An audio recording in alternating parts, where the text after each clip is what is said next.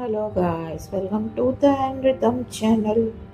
आज बॉलीवुड की अनसुनी कहानी में धर्मेंद्र जी हीमैन को ट्रिब्यूट देने के लिए उनके दिलदारी के किस्से लेके आई हूँ, जो सुनकर आपको भी अजीब लगेगा। ये सुनते हैं। धर्मेंद्र इतनी बड़ी जमीन भतीजों को सौंप गए। पिताजी ने कहा था ये हमारे पुरखों की ऐसे संभाल कर रखना। धर्मेंद्र वो कलाकार थे जो फिल्मी दुनिया के चकाचौंध में कभी अपनों को नहीं भूले।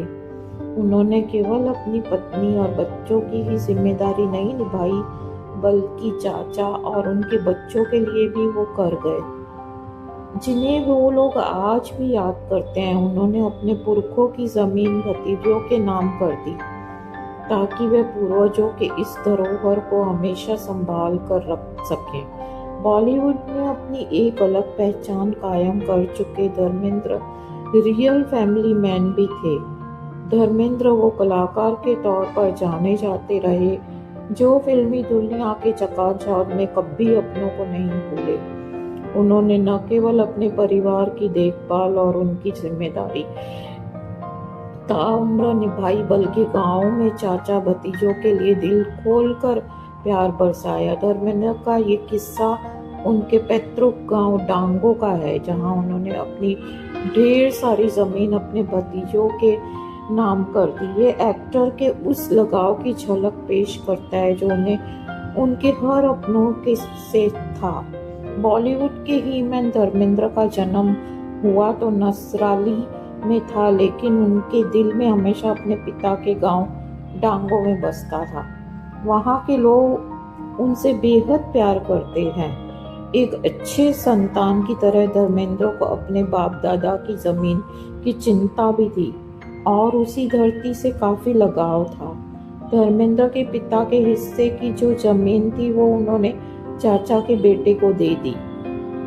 भास्कर की रिपोर्ट के मुताबिक धर्मेंद्र को उनके पिता ने कहा था कि यह हमारे पुरखों की जमीन है, इसे संभाल कर रखना।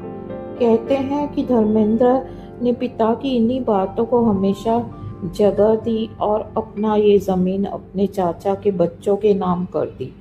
उनका मकसद था कि वे गांव में रहकर अपने पुरखों की जमीन को हमेशा संभाल कर रख सकें।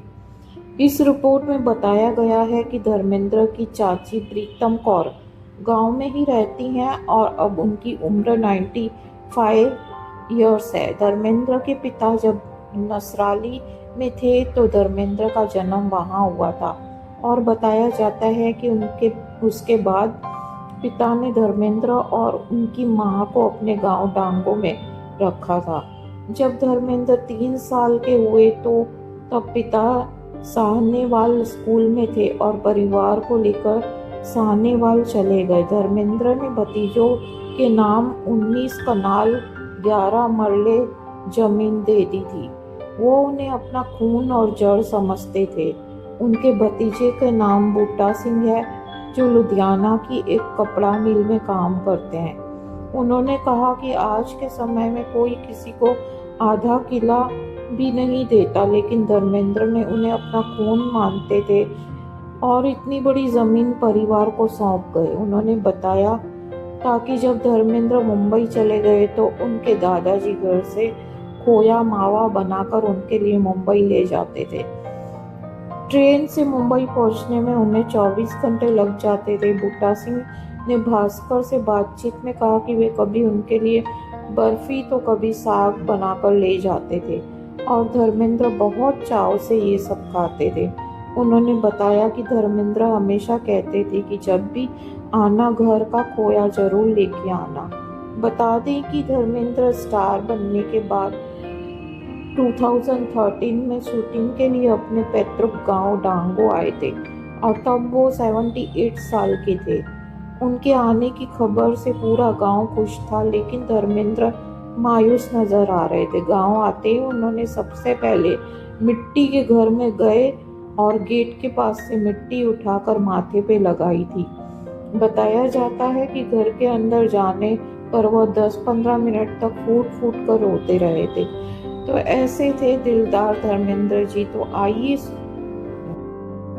सुनते हैं उन्हीं की फिल्म अनपढ़ का गाना जो लता जी ने गाया है, जिसके वर्डिंग्स है आपकी नजरों ने समझा।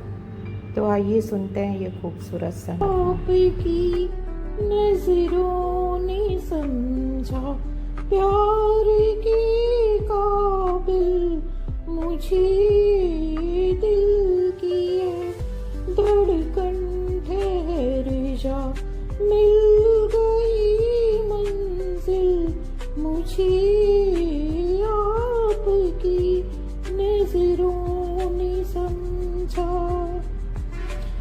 जी हमें मंजूर है आपका ये फैसला, जी हमें मंजूर है आपका ये फैसला।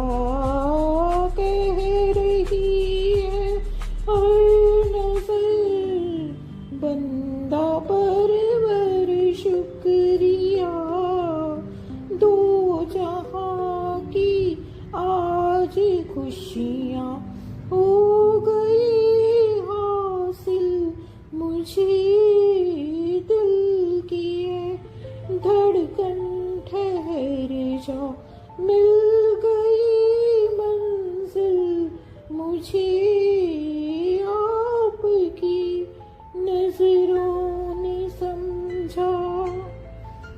आपकी मंजिल हूँ मैं, मेरी मंजिल आप हैं। आपकी मंजिल हूँ मैं, मेरी मंजिल आप हैं।